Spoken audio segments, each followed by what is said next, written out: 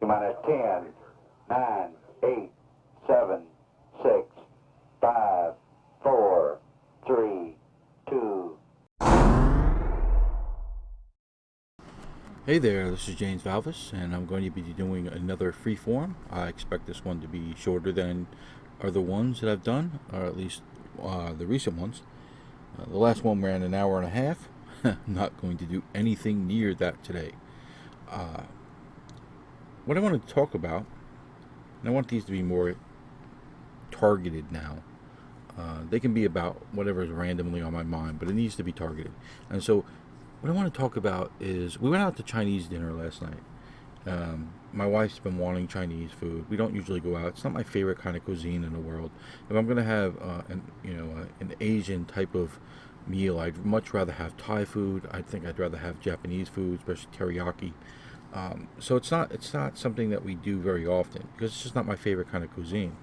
There are some things I like about Chinese food. I like egg rolls and I like fried rice. But we get a really really good fried rice at the teriyaki place that we go to. So I don't uh, I don't overly concern myself, and I also get good egg rolls there. So it's the two things that I really like about Chinese food. They have at the teriyaki place. So I almost never go want to go to Chinese.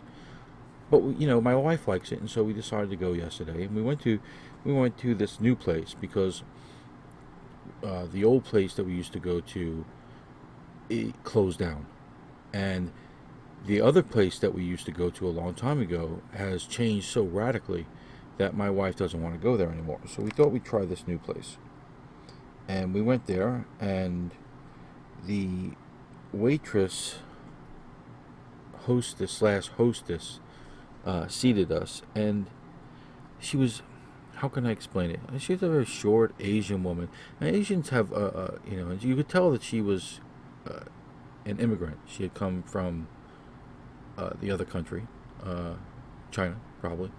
You would think, it might have been Hong Kong, you don't know, or might have been via some other place, via Vietnam or via Korea, who knows?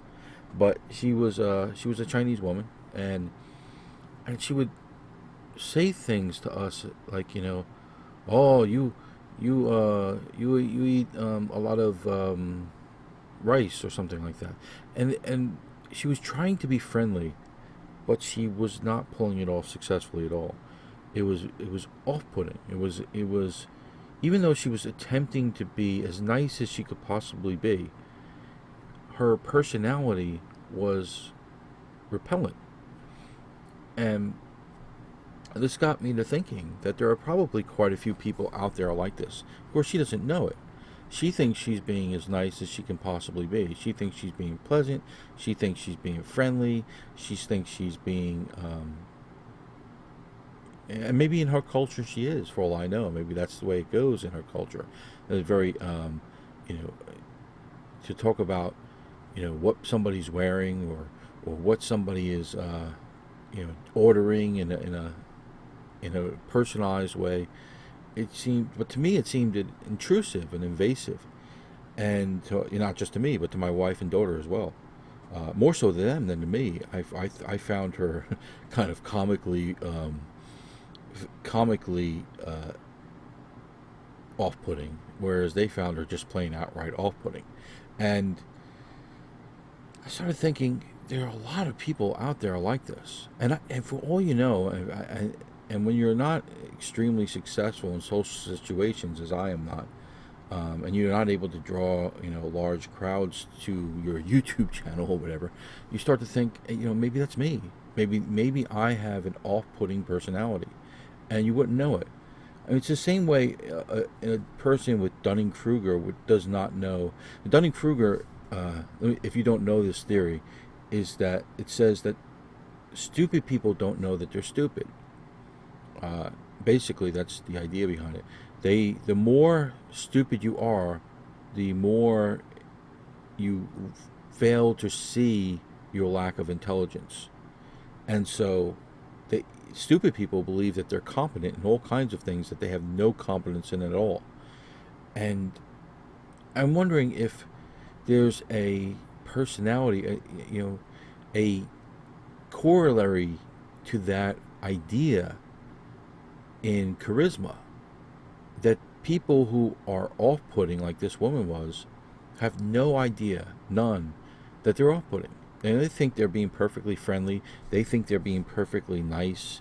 They think that they're a person who is just doing the very best that they can do, and they're honest and open and kind and caring, and they do what's right in most situations, and they're ethical, and they go out and they create value in the world, and they uphold their ends of their promises, and they never let people down as much as possible, and yet for some reason, when they come upon other people, they're not liked. Whereas you have other people, and here's the irony, other people who are not nearly as good a people, they're not as nice a people, nevertheless are extremely liked. I've seen this plenty of times in life, where you look and you say, how is this person, who is really quite a reprehensible person, able to gather upon themselves all these admirers?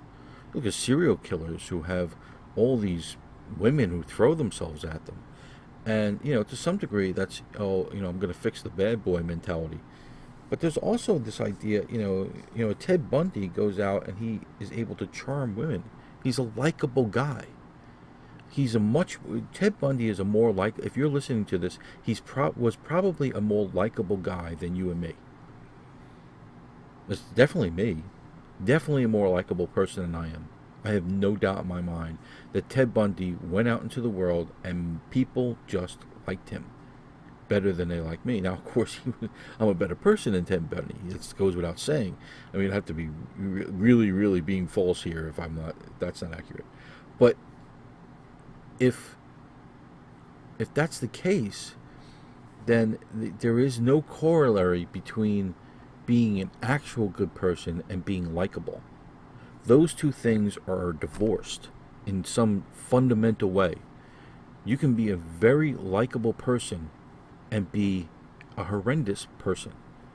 Or you could be a very unlikable person and still be a very good person.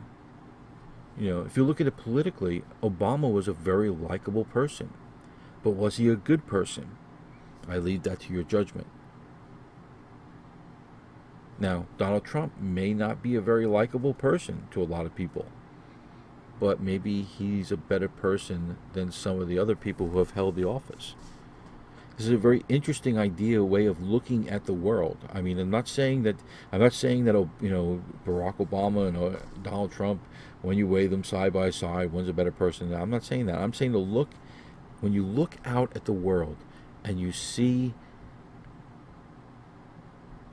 what is likable as compared to what is good, they are not a one-to-one correlation. They're not. When you look out into the world and you say what is likable is compared to what is competent, that's also not a one-to-one correlation. Even when you have people who are evil, they can be likable. And even when you have saints, they can be unlikable. I mean, there are many saints who would probably quite, my Aunt Chris used to call me a skadutch. And that was a pain in the ass. It's a little Yiddish for pain in the ass. I don't know how we adopted so many Yiddish words. We weren't Jewish, but we had a lot of Yiddish words in our vocabulary, and one of them was skadutch, and I was a skadutch. I was a pain in the butt. I was always teasing. I was always cocksure, and sometimes I think that when I look out, and I say, why am I not doing better? Why is why do I work so hard and produce material that people really enjoy, and then they don't stick around? They go elsewhere. I was wondering about that. Why would that be? And it could be that I have this Dunning-Kruger kind of personality that is, when it comes to charisma, when it comes to being likable. I don't even know how to fix that. If I knew how to fix it, I guess I would have fixed it. In some ways, I don't want to fix it because I kind of like who I am, and I kind of like the way I go about my business. But in the other sense, I would like to, have a big audience. So maybe I do want to fix it. I don't know. But if I did want to fix it, I just wouldn't even know how to go about it, because I kind of am who I am at this point. Anyway, that's what I was thinking about when I was eating my Chinese dinner, which was pepper chicken. It wasn't that great.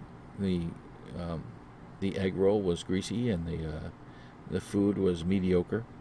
But it did give me an idea about how I wanted to draw up a character in the novel that I'll be working on soon. And I think that one of the main characters is going to be this kind of person who believes that they're very likable, but they aren't. and I'll have fun with that when the time comes. Anyway, a short one. That's what was on my mind today, and that's I'm going to put this out there. And anyway, thank you for listening, and God bless you.